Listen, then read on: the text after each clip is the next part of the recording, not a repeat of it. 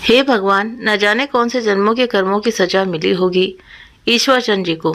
इतने भले मानस तो मैंने अपनी जिंदगी में कभी देखे ही ना थे। भगवान इनकी आत्मा को शांति दे। रो मत सरला, देखना ये पुण्यशाली आत्मा बहुत अच्छी जगह जन्म लेगी। और तूने तो इनकी सेवा में कोई कसर नहीं छोड़ी थी। पूरे 10 महीने तो इनका साया बनकर इनके साथ चली। यह दिन तो आना ही था। यही सभी पहले ही जान चुके थे और इनके शरीर को भी तो कितना कष्ट था। भगवान ने मुक्ति दे दी इनको। सरला तो चुप हो जा, ऐसी पुण्यशाली आत्माशाली पर कम ही होती हैं। सरला की पड़ोसन सरला को ढाढ़स बंधाते हुए कहे जा रही थी।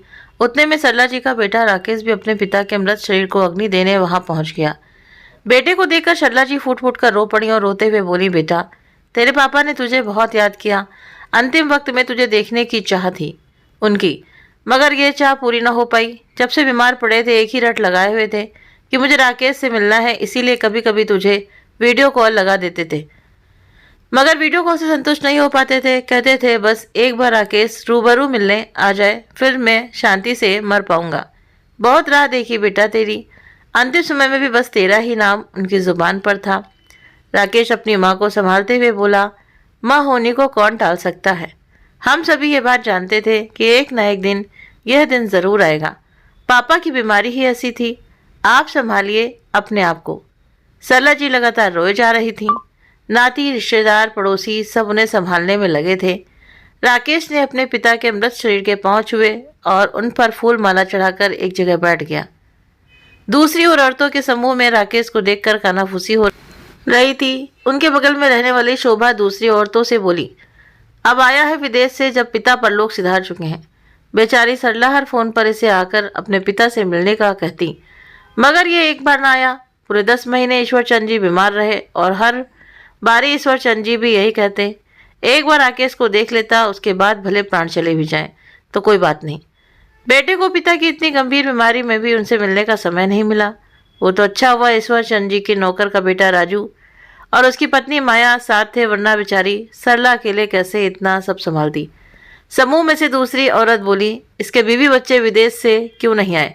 पिता के मरने पर ही कम से कम अपने परिवार संग आता। और देखो तो जरा आंख में एक आंसू नहीं है इसके। ऐसे लग रहा है जैसे बस क्रियाकर्म का भार उतारने चलाया हो। शोभा फिर बोली, अरे बच्चे विदेश जाकर ऐसे ही हो जाते हैं, फिर इन्हें थोड़ी अपने माता पिता के प्रति लगाव होता है, बस अपनी बीवी के होकर रह जाते हैं। ऐसे समय में भी बीवी साथ नहीं आई। इसकी पत्नी तो बस विदेश ही रहना चाहती थी। शादी के बाद भी कभी वह सरला जी के साथ ना रही। किस्मत वाली है इनकी बहू जो इतने अच्छे सास ससुर मिले कि खुशी खुशी बेटे के साथ विदेश भेज दिया। एक बार भी यहाँ रहने की जिद नहीं की, मगर आज ससुर जी के मरने पर भी भारत नहीं आई। ये बात तो गले से नहीं उतर रही। जब इस समय भी वो भारत नहीं आई तो बेचारे ईश्वर चंद जी को बीमारी से मिलने क्या खा खाते ये लोग। बेटा भी बस फॉर्मेलिटी पूरी करने आया है। उसको देखकर ऐसा लग रहा है। पंडित जी ने राकेश से कहा, तुम अग्नि संस्कार की तैयारी कर लो। राकेश ने पंडित जी के कहे अनुसार क्रियाक्रम का सारा विधि विधान खत्म किया और ईश्वर चंद जी की चिता को शमशान में जाकर अग्नि संस्कार दे दिया। शमशान से आकर सभी लोग नहा धोकर वहां आकर बैठ गए, जहां पंडित जी अभी आगे की विधि विधान बता रहे थे।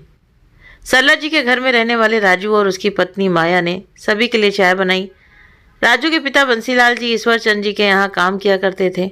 लगभग 20 साल पहले बंसीलाल जी एक हादसे में मृत्यु हो गई थी। तब से उनके अनाथ बेटे राजू को ईश्वर चंद जी और सरला ने ही पाला पोसा और उसकी शादी भी करवाई थी। सरला जी का खुद का बेटा राकेश तो वैसे भी नौकरी के सिलसिले में विदेश में जा बसा, मगर यहाँ राजू के रहते कभी ईश्वर चंद जी और सरला को कोई मुश्किल नहीं आई थी।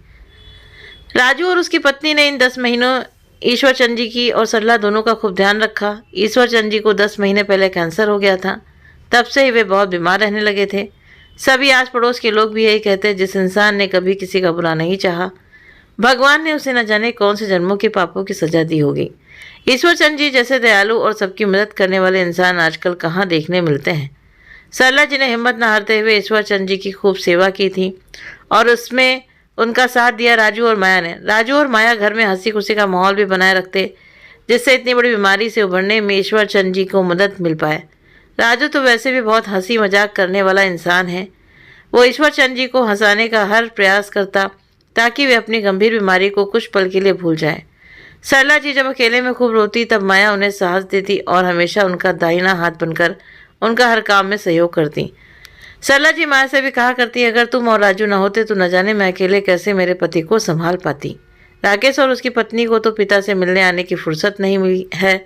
सरला जी खुद की बहू जो विदेश में रहती है, उसे तो सरला जी से मतलब ही कहाँ था। राकेश की नौकरी जब से विदेश में लगी थी, तब से उसने भारत का रुख करना ही बंद कर दिया था।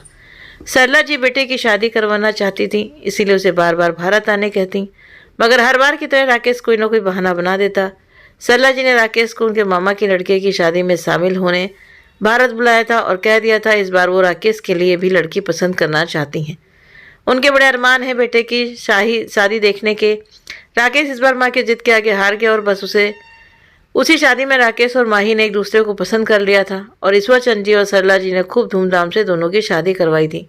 माही एक पढ़ी लिखी आधुनिक विचारों वाली लड़की थी। वो पहले से ही एक ऐसे लड़के से शादी करना चाहती थी जो विदेश में अकेले रहता हो, ताकि उसे यहाँ सास ससुर के साथ न रहना पड़े। वो बस अपने बारे में ही सोचती थी।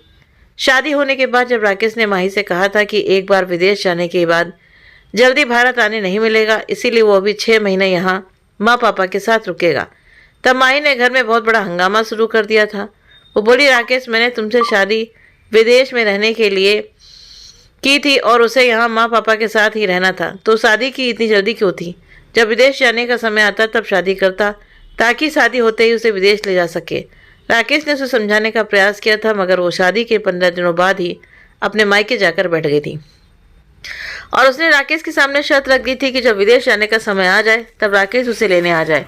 वो यहाँ सास ससुर के साथ नहीं रहेगी। वैसे भी उसका कहना था कि उसने शादी लड़के से की है, लड़के के परिवार से नहीं। वो यहाँ रहकर अपना बहू वाला कोई फ़र्ज नहीं निभाएगी। वो कभी सास ससुर वाले परिवार में नहीं रहेगी। उसकी अपनी ज़िंदगी है और वो इसे सिर्फ अपने पति के साथ ही जिएगी। सरला जी ने तब प्यार से राकेश से कहा था कि तुम लोगों की नई नई शादी हुई है, ऐसे में बहू मायके जाकर बैठ जाए, अच्छा नहीं लगता। राकेश तू बहू को लेकर जल्दी विदेश चला जा और जब भी समय मिले हम लोगों से मिलने आ जाना। बहू भी अभी ना समझ है, धीरे धीरे शायद उसे भी अकल आ जाए और वो भी हमारे साथ रहने को राजी हो जाए। राकेश ने भी माँ की बात मान ली और वो माही को लेकर जल्दी विदेश रवाना हो गया। उसके 2 साल बाद माही और राकेश कुछ दिनों के लिए भारत आए। 3 दिन ससुराल में रहने के बाद माही वापस अपने मायके चली गई थी और वहीं उसने अपने माँ पापा के साथ 1 महीना बिता दिया। राकेश जब माही को वापस ससुराल लेकर आया तो उसने आते ही विदेश जाने के लिए कपड़ों की पैकिंग करना शुरू कर दिया। सरला जी ने जब माही को रोकने की कोशिश की तब माही ने एक टूक जवाब दे दिया, मम्मी जी मैंने शादी आपके लड़के की काबिलियत देखकर की है, आप लोगों के साथ रहने के लिए नहीं, इसलिए बेहतर होगा कि आप मुझसे बहुओं वाली अपेक्षा ना ही रखें। और जब सरला जी ने राकेश को माही द्वारा बोले शब्द बताए तब राकेश बोला, माही सही ही तो कह रही है माँ, एक बार इंसान विदेश में रहने का आदी हो जाए फिर उसे भारत कहाँ सुहाता है। आपकी जिद के कारण हमें यहाँ आना पड़ता है, वरना आप तो जानती ही हैं मुझे भारत बिल्कुल नहीं पसंद। और माही उसने तो मुझसे शादी विदेश में रहने के उसके सपने के कारण ही की थी, उसे तो अब भारत आना बिल्कुल पसंद नहीं है। फिर वे मन मार कर आ गई। सरला जी सोचने लगी, बहू अपनी माँ के घर तो 1 महीना रहकर आई, उनका घर भी तो भारत में ही है और जो बच्चे यहीं पले बढ़े हों उनका यहाँ से मोह कैसे ख़त्म हो जाता होगा। खैर उसके 2 दिन बाद ही राकेश और माही विदेश के लिए रवाना हो गए। दिन महीने साल बीतते गए। बहू का तो वैसे भी फ़ोन नहीं आता था, अब तो बेटे का ने भी फ़ोन करना बंद कर दिया था। ईश्वर चंद जी और सरदार जी कभी कभार सामने से ही फ़ोन लगा दिया करते थे, उसमें भी माही कितनी बार तो फ़ोन पर बात नहीं करती थी और राकेश के पास बात करने का भी कभी समय नहीं होता था। यहाँ भी राजू और माया की वजह से ईश्वर चंद जी और सरला जी को कभी कोई परेशानी नहीं आती थी। ईश्वर चंद जी सरला से हमेशा ये कहा करते थे, सरला कल के दिन अगर मैं मर भी गया तो क्या पता तुम्हारे बेटे के पास मेरे अंतिम संस्कार के लिए भी समय हो गया नहीं, क्योंकि इतने महीनों से बीमार पड़ा हूँ फिर भी तुम्हारे बेटे को मुझसे मिलने आने का समय नहीं मिल पाया है। एक काम करना सरला, मेरी चिता को आग लगाने तुम्हारा बेटा अगर विदेश से ना आ पाया तो हमारे दूसरे बेटे राजू से ही सारी क्रियाकर्म की विधि करवा लेना, क्योंकि जिस तरह से उसे हमसे फ़ोन पर बात करने तक का समय नहीं है, मुझे लगता है उसे तो मेरी चिता को आग लगाने का भी समय नहीं मिलेगा। सरला जी तुरंत कहती, आप ऐसी अशुभ बातें क्यों करते हो जी, देख लेना आपको कुछ नहीं होगा, आप जल्दी ही ठीक हो जाएंगे।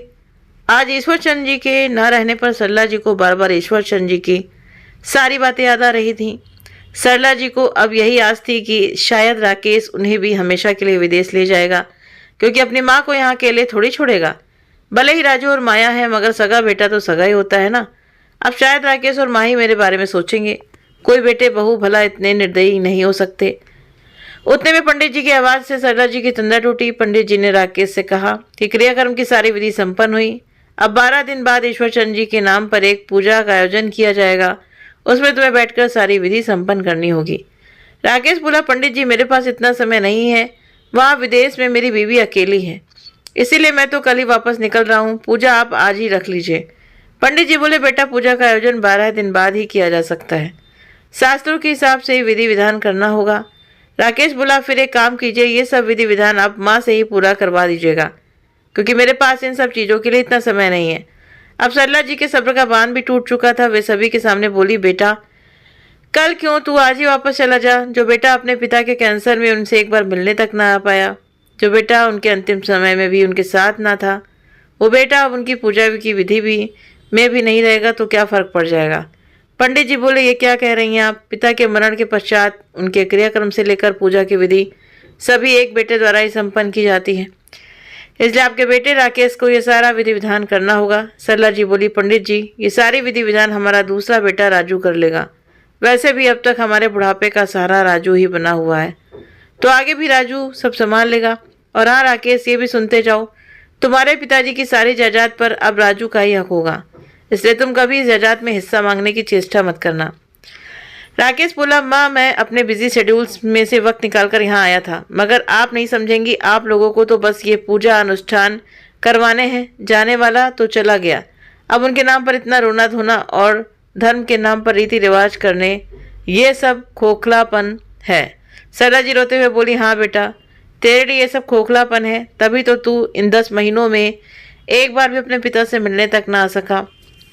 जा चला जा यहाँ से, कहकर वे जोर जोर से रोने लगी।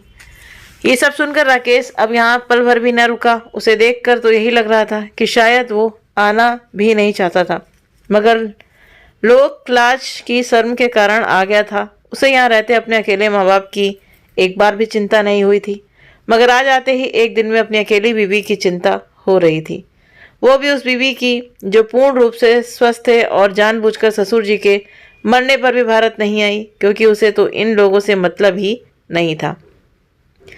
अब ये लोग यहाँ जिए या मरे उससे क्या फ़र्क पड़ता था। बहू तो बहू, मगर जब बेटा भी अपने माता पिता के प्रति फर्ज भूल जाए तो ऐसे बेटे से वास्ता रखकर क्या फ़ायदा।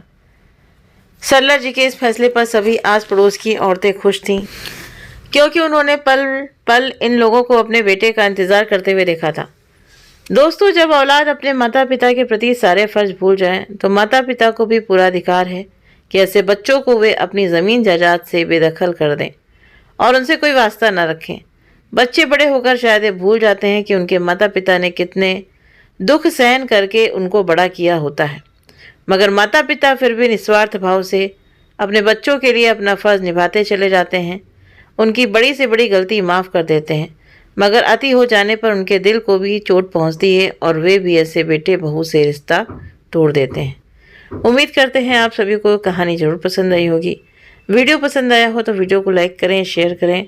आप हमारे चैनल को सब्सक्राइब जरूर से ज़रूर करें। मिलते हैं आप सभी से नेक्स्ट वीडियो में नई कहानी के साथ में। Thank you.